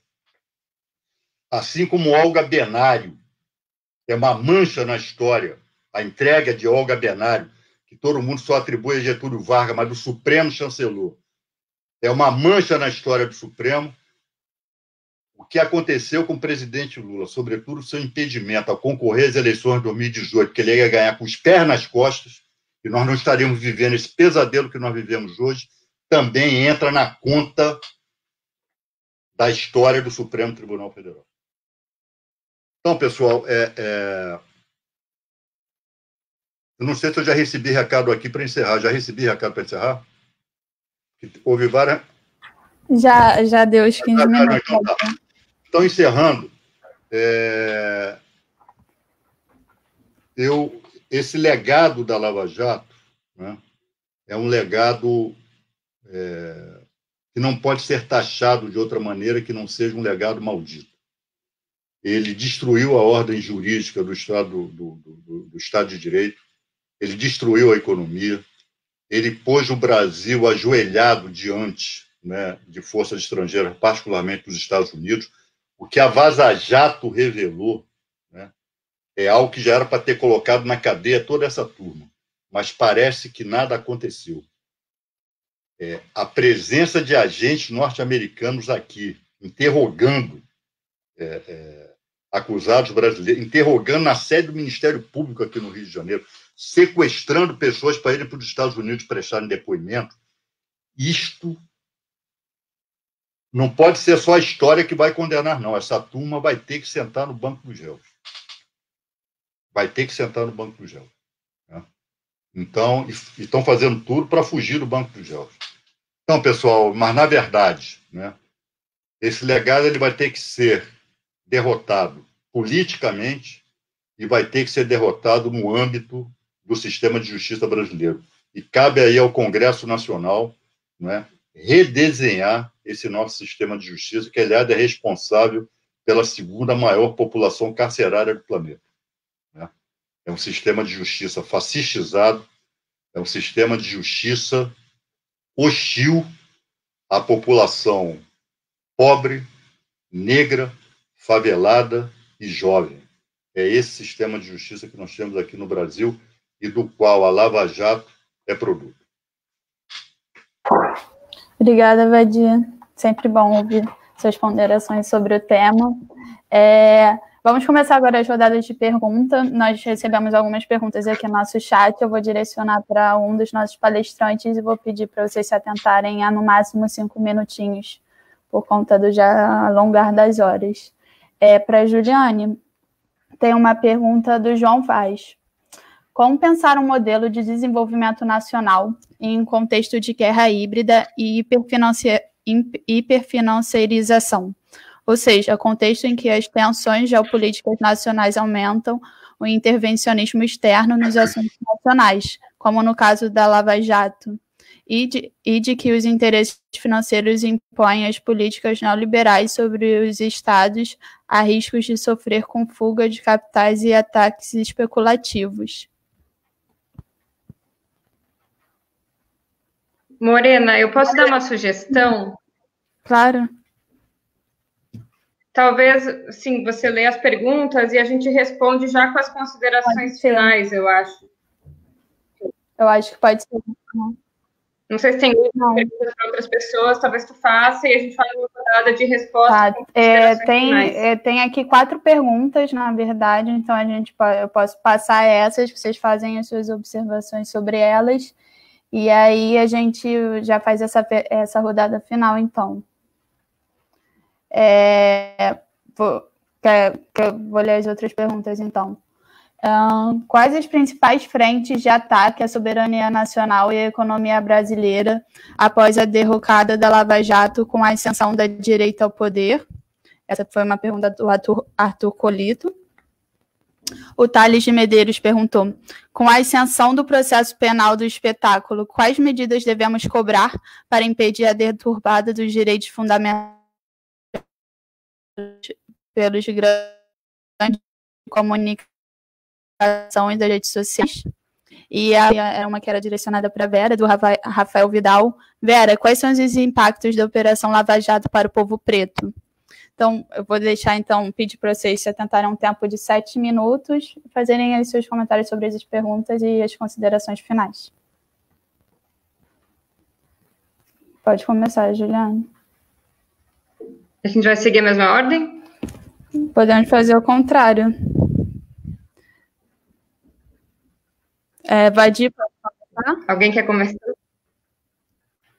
Mas todas as perguntas, cada um responde a todas as perguntas, é isso? Morena, como o Vadir foi o último a falar, entendeu? Ele foi o último a falar. Então, assim, acho que a gente pode, de repente, até não ser a Juliane, né? Ou eu, ou o David. Também pode ser eu, sem problema, gente. Pode ser? Obrigada. Pode ser. Morena, aproveitar e mandar um abraço aqui para o Mendes, que está nos acompanhando aqui. Companheiro Mendes, também da categoria petroleira, dirigente sindical, que está aqui conosco, acompanhando. E agradecer mais uma vez, Morena, Rodrigo, pelo convite. Como o Vadir colocou, é importante esse debate, sair justamente de uma entidade ligada aos estudantes, às estudantes da área do direito. Vou me ater aqui a essa pergunta, salvo engano, do Polito, eu peguei o segundo nome dele aqui, o sobrenome, sobre esses principais ataques à soberania nacional pós-golpe, e ainda mais agora com o governo Bolsonaro.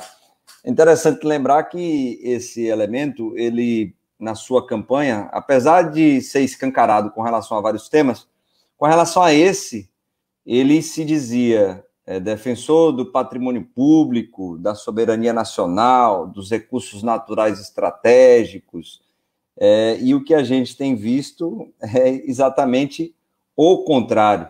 Inclusive, as Forças Armadas, que ocupam já mais de 10 ministérios dentro do governo federal, vários cargos de segundo escalão e diversas presidências de conselhos de administração, inclusive da Petrobras, lembrando que é um almirante da Marinha que ocupa a presidência da empresa, eles estão destruindo tudo.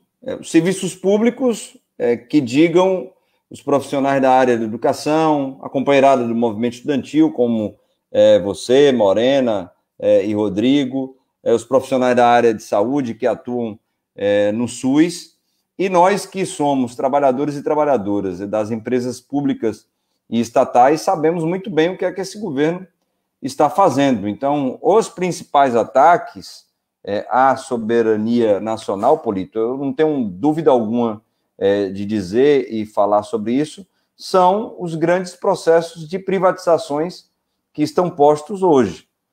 Praticamente todas as empresas públicas estatais brasileiras, apesar deles não dizerem isso, e o Salim Matar, que acabou saindo pelas portas do fundo agora do Ministério da Economia, ele não dizia, por exemplo, que a Petrobras está sendo privatizada. A Petrobras nem constava na lista das privatizações.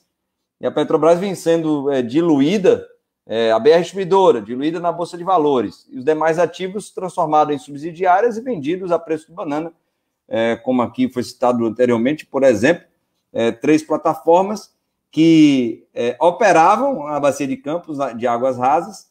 Elas foram, primeiro, tiveram a redução da sua atividade produtiva, foram desativadas, hibernadas e vendidas como sucata, onde um ano da produção delas daria muito mais do que a Petrobras recebeu por essa venda. Então, sem dúvida alguma, as privatizações que estão postas hoje são o principal ataque à soberania nacional.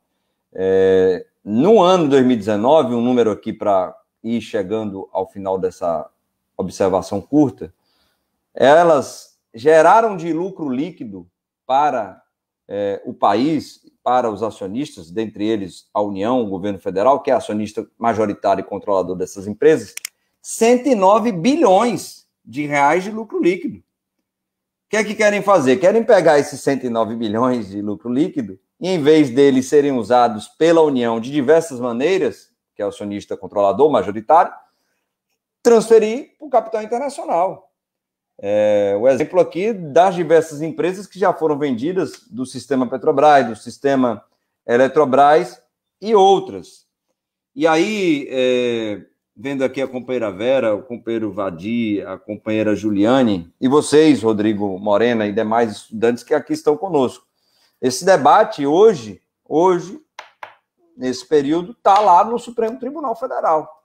Inclusive, Vadir, caiu na mão do Fachin para decidir sobre as privatizações. Está na mão dele fazer com que essas decisões elas sejam internas, somente de um grupo seleto de conselho de administração e diretoria, ou deixar tudo isso na mão do Congresso Nacional. A gente aposta tudo no Congresso Nacional? Não, de jeito nenhum. Mas, pelo menos, são parlamentares que foram eleitos. A gente sabe que a maioria, a composição não nos ajuda e não reflete a representação de fato da população brasileira, mas é uma forma que a gente vai ter de constituir uma outra luta, um outro processo de convencimento da sociedade brasileira para pressionar o Congresso a não permitir essas privatizações várias. Então, para os estudantes, as estudantes da área do direito que aqui estão conosco, é o debate que está hoje no STF. Se as privatizações das empresas mãe, das empresas matriz, com seus ativos diversos, podem ser feitas sem qualquer processo licitatório amplo, limpo e transparente, e sem o aval do Congresso Nacional, que foi a decisão última do STF. Foi a melhor das decisões? Não, não foi, mas é a decisão que está aí hoje, pelo menos essa precisa ser respeitada, e há uma expectativa nossa de que o ministro Fachin, pelo menos com relação a esse tema da soberania nacional, que já votou parecido com o Lewandowski, ele esteja indo ao encontro dessa decisão e ao encontro da defesa da soberania nacional, que é um voto até magistral do ministro Lewandowski numa dessas liminares anteriores que ele proferiu, né, que ele decidiu. Então, sem dúvida alguma, Polito, ao meu ver, o maior ataque que temos são as privatizações que estão sendo feitas e que precisam ser barradas. Não apostar, obviamente, todas as fichas na Suprema Corte Brasileira, como colocou aqui o companheiro Vadi, tem os seus problemas.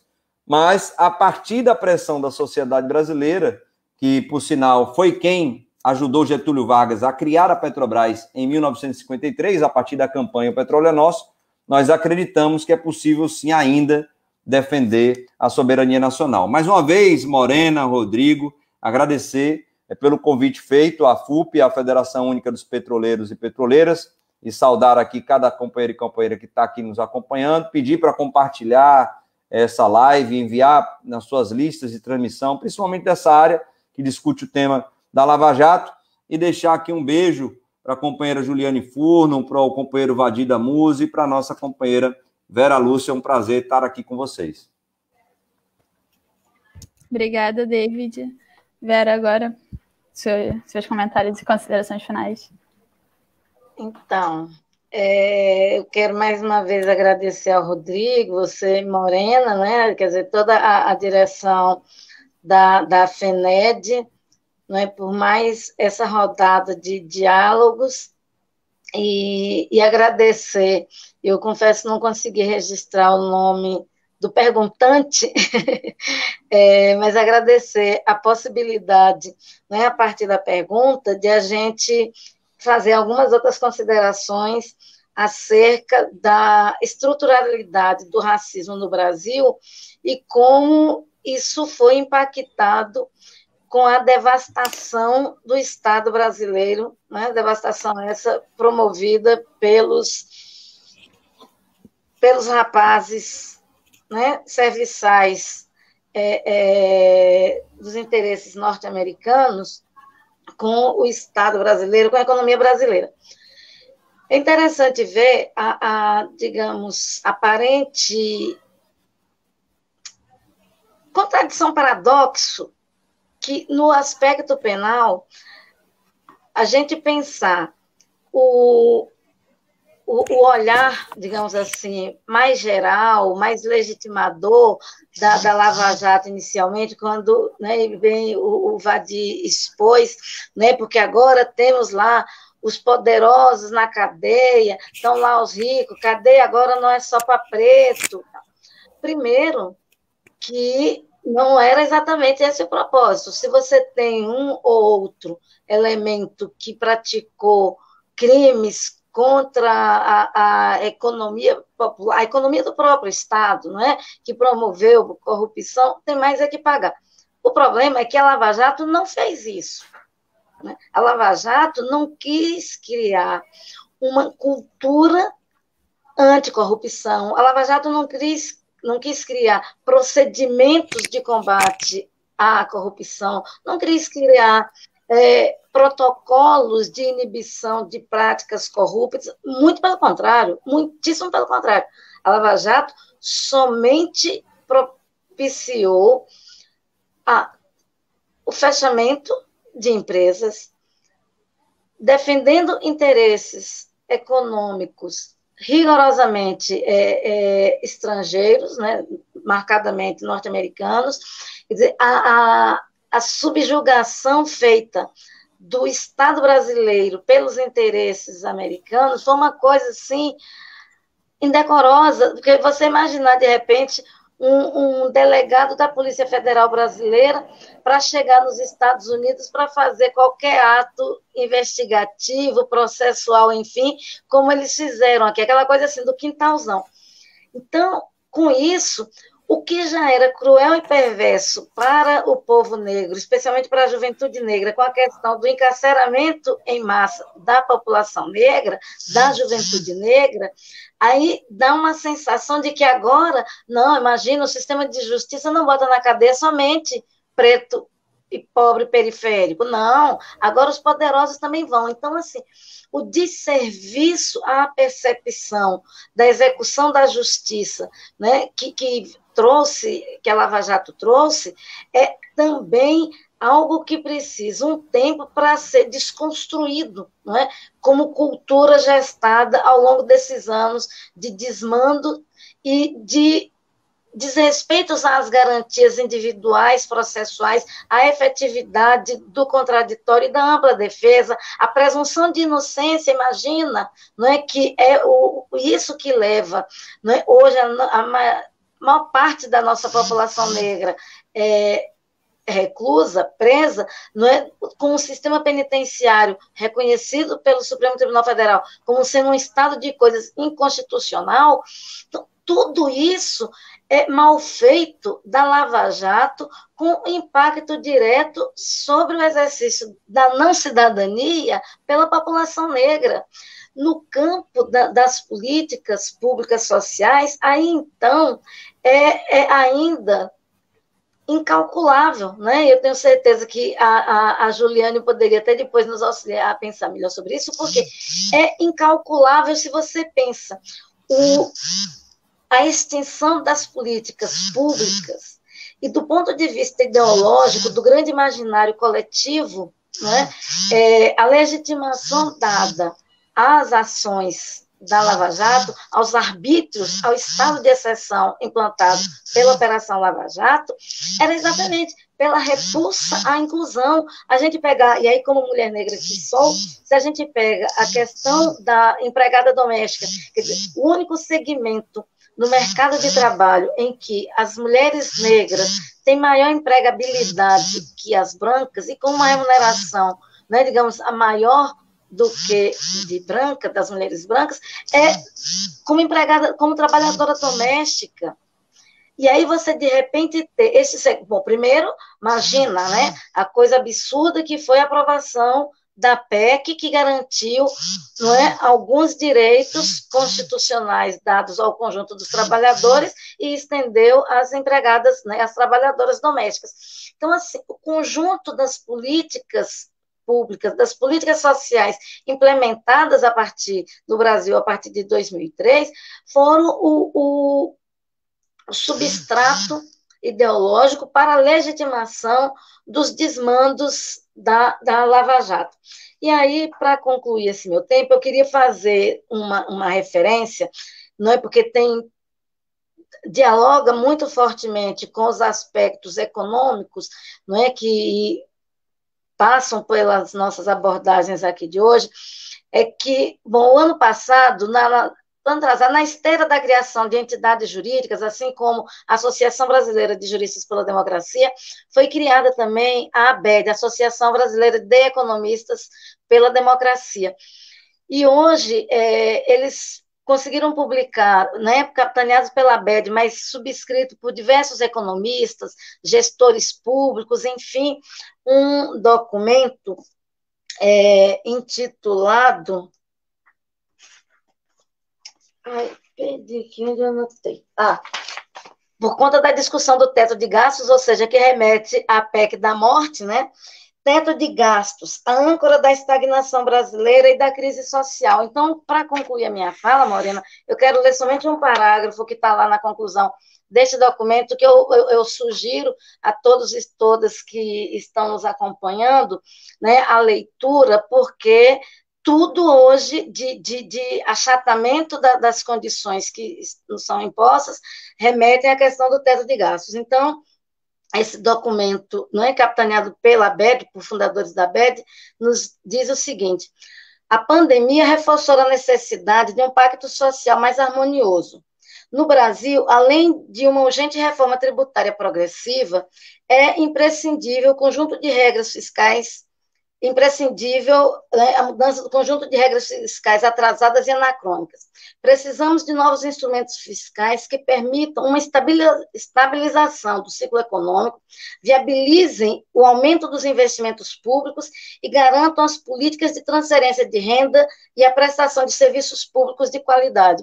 Então, a gente refutar as ações da Lava Jato, punir os criminosos atores da Lava Jato, é imprescindível a restauração da ordem democrática de direito, porque fora do ambiente democrático, do Estado democrático de direito, dado pela nossa Carta Constitucional, nós não teremos nenhuma capacidade de pensar um mínimo de igualdade, de equidade entre negros e brancos nesse país. Então, precisamos restaurar um pouquinho da credibilidade do nosso Estado Democrático de Direito, e como disse Vadi, esses caras têm que ir para o banco dos réus. Mais uma vez, obrigada, Fened, por essa possibilidade de diálogo. Obrigada, Vera. Agora passar a palavra para o Vadi.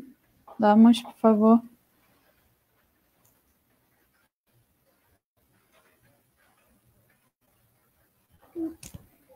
Está desligado o teu microfone. Esse é um debate que eu gosto muito, né? Porque se a Lava Jato, talvez no caso, mas os efeitos, né, que ela produziu ainda se fazem sentir, são permanentes e precisam ser desconstruídos. E, para mim, isso vai se dar com mobilização popular, né? Vai se dar com uma contraofensiva no Congresso Nacional, né? O povo brasileiro precisa aprender a prezar determinados direitos. Há direitos, repito, eu não me iludo com... Nós vivemos num regime capitalista, mas há direitos que estão ali previstos na Constituição que foram conquistados com sangue, né, de gerações de brasileiros que alguns deles não estão mais entre nós.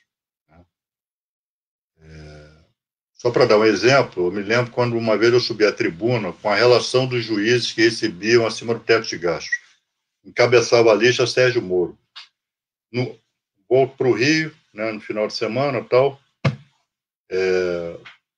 Vou pegar um táxi para ir para casa, lá do meu escritório. O motorista se vira para mim. O escritório ficava ali ao lado da OAB, né, eu presidi a OAB há alguns anos, então eu era conhecido ali, pegava táxi ali já há muito tempo. Pô, Todd, que decepção, minha família votou no senhor e tal. O que houve?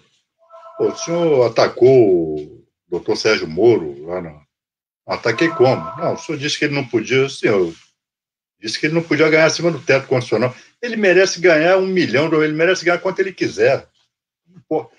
Então, isto ganhou, né, essa ideologia do vale tudo, ganhou corações e mentes, inclusive num povo mais pobre, né, o que é mais grave ainda, que é a maior vítima desse tipo de farsa, desse tipo de ilusão. A Lava Jato era juiz combinando estratégia com a acusação, era forjar provas, era coagir, né? Prender para obter delações, né? Extorquir, coagir, chantagear. Né? Ó, se não disser aquilo...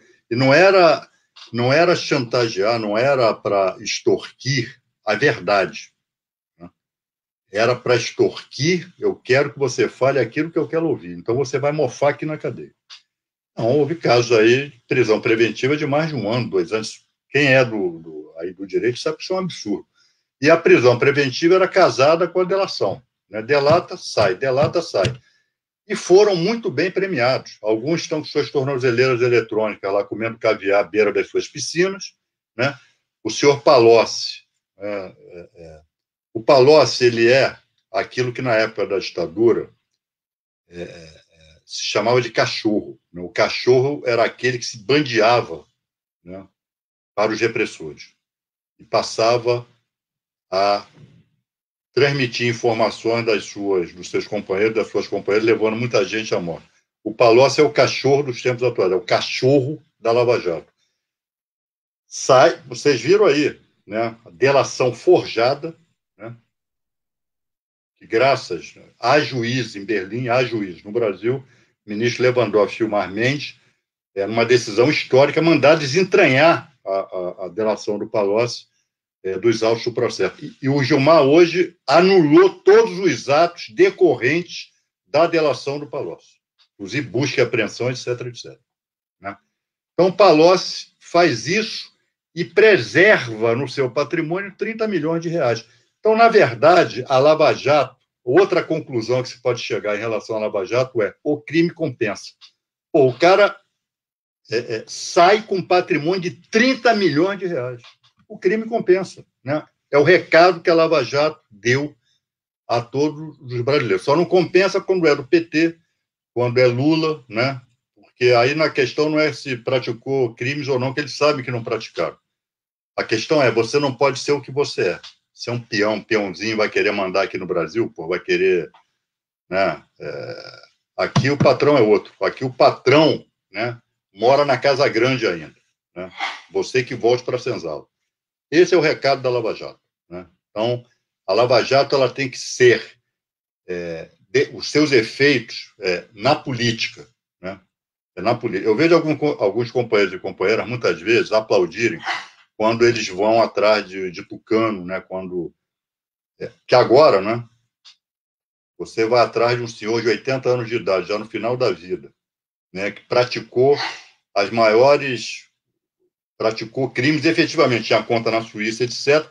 Mas agora que todos os crimes vão prescrever, a Lava Jato, para dizer que é isenta, mas arbitrariedade, você não pode utilizar o direito para ser arbitrário contra ninguém. Então, pau que bate em Chico, arbitrariamente, não pode bater em Francisco. Seja Chico do PT, seja Francisco do PSDB, ou seja lá do que for, né? Essa cultura, né, de utilizar o processo, né, como se fosse um jogo de futebol, você torce, né? E se o teu time faz gol de mão, vale porque é teu time, e isso não pode prevalecer no direito, né? E a Lava Jato, ela age exatamente assim. Mas nós não podemos nos deixar iludir por isso, né? Como, por exemplo, ter tirado o Eduardo Cunha da presidência da Câmara, uma canetada do Supremo Tribunal Federal, foi inconstitucional, é ilegal, né? E isso gera uma cultura que qualquer presidente de Câmara dos Deputados agora, deputado eleito e eleito pelos seus pares, chega lá um outro poder e tira na canetada, tira com base numa liminar.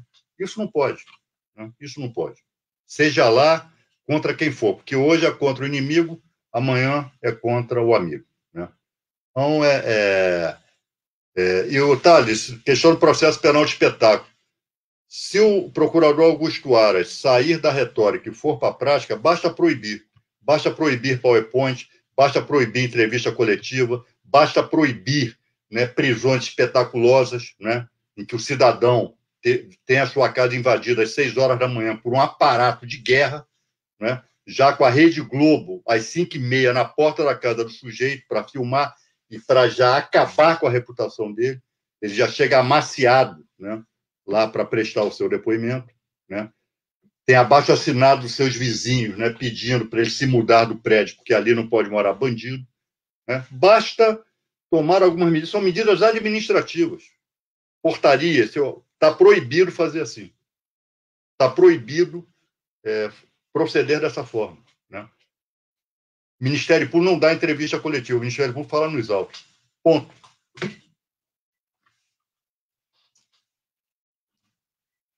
E muito obrigado, tchau, boa noite. Obrigada, Valdir. Estou sempre à disposição de vocês aqui para, né, os debates, se fizerem necessários, tá? Muito obrigada, Valdir. A gente sabe que você é um grande companheiro da FENED. Passo agora a palavra para a Juliane, nossa última fala. Bom, vou tentar ser rápida, acho que a gente já avançou também, e a vantagem de ficar por último é que várias coisas já foram respondidas, né? Eu não preciso aqui ratificar, concordo com a imensa maioria das colocações. A pergunta do João, quero dizer para ele que eu vou responder para ele no bar, porque tem bastante coisa aí, né? Eu acho que, sim, de fato, pelo menos desde da virada dos anos 80, a gente vive um período de estreitamento das margens de soberania dos estados periféricos, sobremaneira, principalmente, né? E, por outro lado, eu acho que a gente não pode também cair numa certa chantagem econômica, né, que limita qualquer ação do ponto de vista da política pela possibilidade de ataque especulativo, de fuga de capitais. Enfim, eu acho que a gente tem que constituir, né, um projeto de desenvolvimento econômico que tenha sustentação política, né? As grandes transformações no campo da economia, elas não são só decisões técnicas, né? Você precisa de povo na rua que dê sustentação política para que os governos possam encarar os desafios, né, cada vez maior num período, né, de capitalismo neoliberal que se colocam no presente. Eu queria lembrar aqui, ainda do ponto de vista da corrupção, da seletividade da corrupção, que na delação do Palocci, né, acho que muito bem lembrado pelo Vadir, ele cita na delação dele 20 vezes, pelo menos, a expressão Banco Safra, né, sem contar outras referências ao setor financeiro que ele também faz. E nenhuma dessas instituições financeiras foi, obviamente, nem investigada, né, ou seja, ratifica um pouco essa ideia de que existia uma seletividade, né, no combate à corrupção, justamente no setor da infraestrutura, né, da construção pesada brasileira, não por acaso um dos pilares, um dos carros-chefes do programa petista de desenvolvimento, e não por um acaso também, né, vinculado à destruição de empresas que tinham condições, estavam competindo, né, inclusive ganhando licitações de construção de aeroportos, portos e outras obras de infraestrutura, inclusive nos Estados Unidos, né, desbancando empresas americanas. Então, acho que essa visão da totalidade, né, do que significava grandes empresas brasileiras estarem, né, em 40 e poucos países, realizando obras de infraestrutura, inclusive, né, a título de construção em lugares como Cuba ou como outros países da América, dos nossos vizinhos latino-americanos, é significativo de por que essa operação aponta os seus canhões justamente para esse setor, né? Ao mesmo tempo desestabiliza o setor que dá sustentação política e econômica ao governo de esquerda, e, ao mesmo tempo, também desbanca um setor que tinha condições de competitividade com essas empresas norte-americanas, né? Tem um outro elemento, eu acho, né, que está bastante quente do presente, né, que nessa onda de tentar justificar privatizações a qualquer momento para dar conta do problema fiscal que o Brasil está tendo pela necessidade de gastos na pandemia, acho que a gente tem que ficar atento e monitorar, né? O Paulo Guedes apontou 4 empresas que devem ser privatizadas no próximo momento, né, ainda no ano de 2020, provavelmente. Uma delas é a PPSA, ou seja, é a empresa estatal que o Brasil construiu justamente para representar o Estado brasileiro na celebração de contratos no regime de partilha e para comercialização do óleo, né? Ela é uma empresa que representa a união num setor, como o setor de petróleo e gás, extremamente estratégico, mas nos contratos, ou seja, né, uma empresa que não pode ser privada na medida em que ela representa os interesses estratégicos do Brasil em relação a ritmo, a quem fornece a tecnologia desses contratos, né, e a comercialização do óleo excedente do regime de partilha. E para finalizar, talvez falando aqui um pouco sobre a fala do Polito, acho que a do Thales já foi respondida, né, e muitas vezes a gente se coloca numa questão, né, se a gente não estaria com essa denúncia de que a Lava Jato teve um efeito significativo do ponto de vista da destruição de várias empresas, né, não levando em consideração o princípio básico da separação da pessoa física da pessoa jurídica, né, às vezes pode cair numa perspectiva, numa aparência de que a gente está defendendo empresas, né, e eu acho que a gente não pode se enganar, né, eu não defendo empresas, né, eu defendo, inclusive, que essas empresas sejam estatizadas, ou seja, que a infraestrutura seja de controle do Estado. O que eu defendo é que essas empresas cumprem um papel importante, né, subordinado a uma estratégia nacional de desenvolvimento, e porque eu sei que, em última instância, diferentemente, né, dos países centrais, em que a contradição principal do capitalismo é a contradição capital-trabalho, mas aqui na periferia a gente tem uma coisa chamada questão nacional, né? Eu acho importante que a gente esteja resgatando temas como o imperialismo, né, que parece até que saíram um pouco de moda do vocabulário da esquerda no último período. E o Lenin já dizia, né, revisitem o Lenin no livro O Imperialismo, Face Superior do Capitalismo. Dizia, olha, com o avanço do imperialismo vão se dar 2 frentes de luta de classes no mundo, né? A clássica, mais vinculada nos países centrais à relação capital-trabalho, e a relação, né, de desigualdade, inclusive no âmbito de classes, que se dá a partir de nações dependentes e de nações imperialistas, né? Então, aqui eu não defendo empresas, eu defendo que essas empresas, não defendo esses empresários, mas defendo que essas empresas nacionais, né, a defesa dessas empresas nacionais, é uma forma de se colocar em oposição à força do imperialismo estadunidense, que já protagonizou, né, inúmeras e espúrias iniciativas para manter o Brasil, né, amparado, né, preso na sua política imperial. Então, o fato da gente ter constituído esse modelo de desenvolvimento ancorado nessas grandes empresas que estavam presentes em vários países é uma afronta, né, significativa para um país que, na visão dos Estados Unidos, deve se manter como um país subordinado, né, política e economicamente ao peso que os Estados Unidos têm na região da América Latina. Então, eu acho que é isso, né? A luta pela defesa dessas empresas e não dos seus controladores é uma luta que representa a luta pela defesa do Estado brasileiro não ser punido, né? Que o punitivismo aqui na justiça também eu acho que vale para a economia, ou seja, lutar para que o Estado tenha autonomia e soberania suficiente para controlar e para levar adiante uma política de desenvolvimento que se ampare, sim, nas suas empresas internas, nacionais. É isso, gente. Obrigada pelo convite também. Estou aqui à disposição sempre que a FENED, quem quiser conversar sobre esse tema. Bom, depois dessa ótima fala da Juliane, vamos encerrando mais essa atividade da FENED sobre a Operação Lava Jato. Queria agradecer muitíssimo por todo mundo que está até agora acompanhando a gente, que mandou perguntas, agradecer mais ainda aos nossos palestrantes, a Juliane, o Vadir, a Vera, o David. Enfim, agradecer muito à FUP também por vocês estarem aqui trazendo essa perspectiva muito importante dos trabalhadores da Petrobras. E, enfim, fiquem atentos à nossa página, fiquem atentos às nossas lives. A FENED ratifica com essa atividade, né, seu compromisso de debater a Lava Jato, seu compromisso com o Estado Democrático de Direito, seu compromisso com a soberania nacional. E desejar a todos uma boa noite, um bom fim de semana, descanso. E é isso, pessoal. Obrigada. Obrigada, boa noite. Obrigada. Boa noite. Até a próxima.